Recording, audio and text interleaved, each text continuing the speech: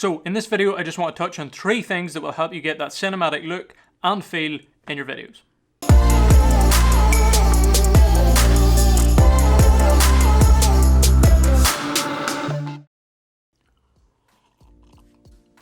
What's up guys, welcome back to the channel and another video. So yeah, like I said, I want to talk about 3 things that I think make a huge difference when you're trying to make those cinematic videos or sequences or whatever it is you're doing. You want to make it feel cinematic and make the viewer feel like they're watching something that's just of a bit of a higher quality than just a normal homemade vlog or whatever it is. Got my tea, as always. I did say 3 things, but the first one is kind of I just need to tell you to do it, and I don't really need to explain much more, and that is shoot in 24 frames a second. Not 30, not 60, shoot in 24, because that's what the movies are shot in, and it'll instantly give you more of that cinematic feeling.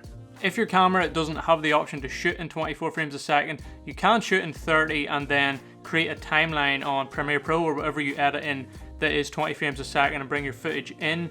If there's talking parts in it, the voice will be a bit lower. Sometimes you can get away with it. If it's all just clips with no like vlogging style stuff in it, then it doesn't really matter. It'll just slow it down and stabilize it a bit more, which is also a benefit. So yeah, just shoot 24 frames a second. It equals cinematic. I mean, technically that was tip 1, but I'm not going to count it. So let's start with tip 1, which is getting a variety of shots. So when you're shooting your videos and you want to get that cinematic look, you're going to want to make sure you have a variety of focal lengths, or you use a variety of focal lengths for your shots. So the wide shots, close-up shots, and then the super close-up texture shots is what I'm going to call them. And the reason you want to have a variation of focal lengths when you're making your videos is each shot kind of tells a story in a different way. First off, we have the wide shots. So let's just say you're trying to make a cinematic vlog and you're moving in different locations, moving to different locations throughout the video. You're going to want to kind of have at least one wide shot of each of those locations so you can include it in the sequence, and then people can just understand that you've moved location and see what the new location's like. Next up, you have your close-up shots, which for example could be a close-up of someone's face or a close-up shot of someone doing something, and this can kind of explain things a little bit more. You can capture a little bit more detail. For example, in our trip up north, we included a lot of close-ups of us taking pictures because that's kind of what the trip was from, and we had the wide shots there too, and then we would zoom in a little bit and get the close-ups of us in action taking photos, and it kind of explains the story again a little bit more in a little bit more detail. And the final shots are those super close-up texture shots that I'm calling them, and they're used to capture like really fine detail. So in our Gandhi's commercial video, for example, the first shot was of the like moisture on the ground. It was kind of to show that it's an early morning because we were going on like an early morning hike, or that was the story, and it shows that there's moisture in the ground, so like it's early morning kind of vibe, and you get that from that first shot. And I think these type of shots just kind of give the viewer a bit of a feeling. I know when I'm watching videos, if someone includes like a real texture shot of like ice along the ground or water hitting leaves or something, like I said, rain hitting leaves, I mean, it just kind of makes you feel like almost like you're there, like you can feel, oh, it's cold, this is a cold scene. And yeah, I'll not dive into it too much, but they really give a bit more explanation of what the area is like where the entire video is taking place, if that makes sense. All of these shots can be shot on a tripod or handheld. It depends what kind of vibe you're going for in your video. If you want to go for like that kind of homemade kind of cinematic look, then obviously handheld kind of gives you that kind of vibe. But yeah, you can shoot them all on the tripod or handheld, depends what you like.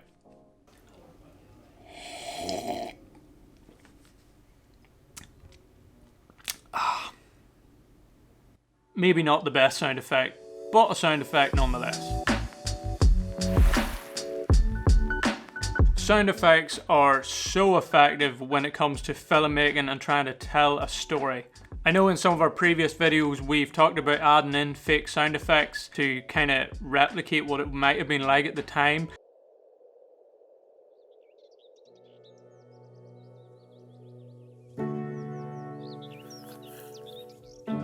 But they don't always have to be fake. Sometimes if you're in a nice location and the ambience is quite nice, make sure you attach your microphone and actually capture that, because you can use it in your video and then it saves you the hassle of trying to find a sound effect that is exactly what it was like at the time.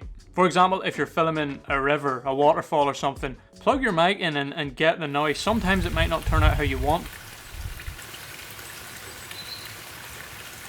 but it might, and it might save you a lot of time, and it might actually sound better than some of the sound effects because it's from the actual location and it'll match up with what you're seeing. And it just saves you a lot of time, so capture the audio as much as you can, because why not? But sometimes it just isn't possible. There might be cars driving by in the distance, or there might be people shouting or whatever, and your mic just will pick up all that noise and you can't get rid of it. So you may have to deal with it in post, find some sound effects and add them in.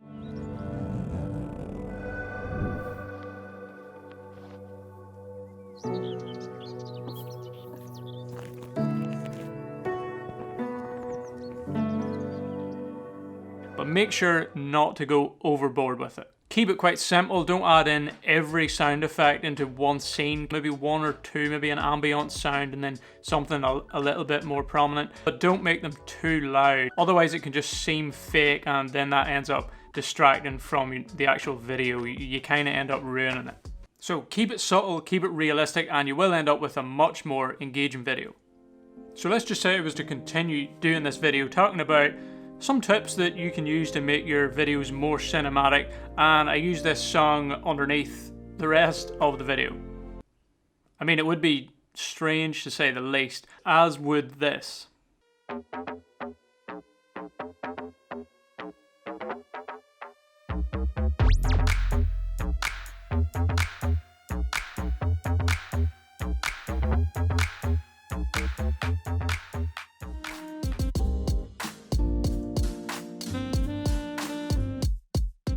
The point is, music is key to giving your video the right vibe and feeling that you want. And if you choose music that just doesn't suit the scene whatsoever, it's just going to end up throwing your viewer off, and they're going to be a bit distracted by why this song is under these clips, and it'll just ruin your video, to be honest. So make sure you spend the time looking through music and find the music that suits the vibe you want to create with the video.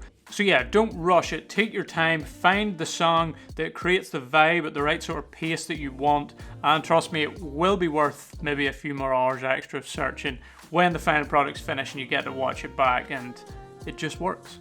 But yeah, that's pretty much it. Those are 3 of the main things I think you need to be focusing on when you're trying to make a cinematic video. So if you have a story to your video and you tick those 3 things off the list, then you're probably going to be on your way to making a pretty decent video.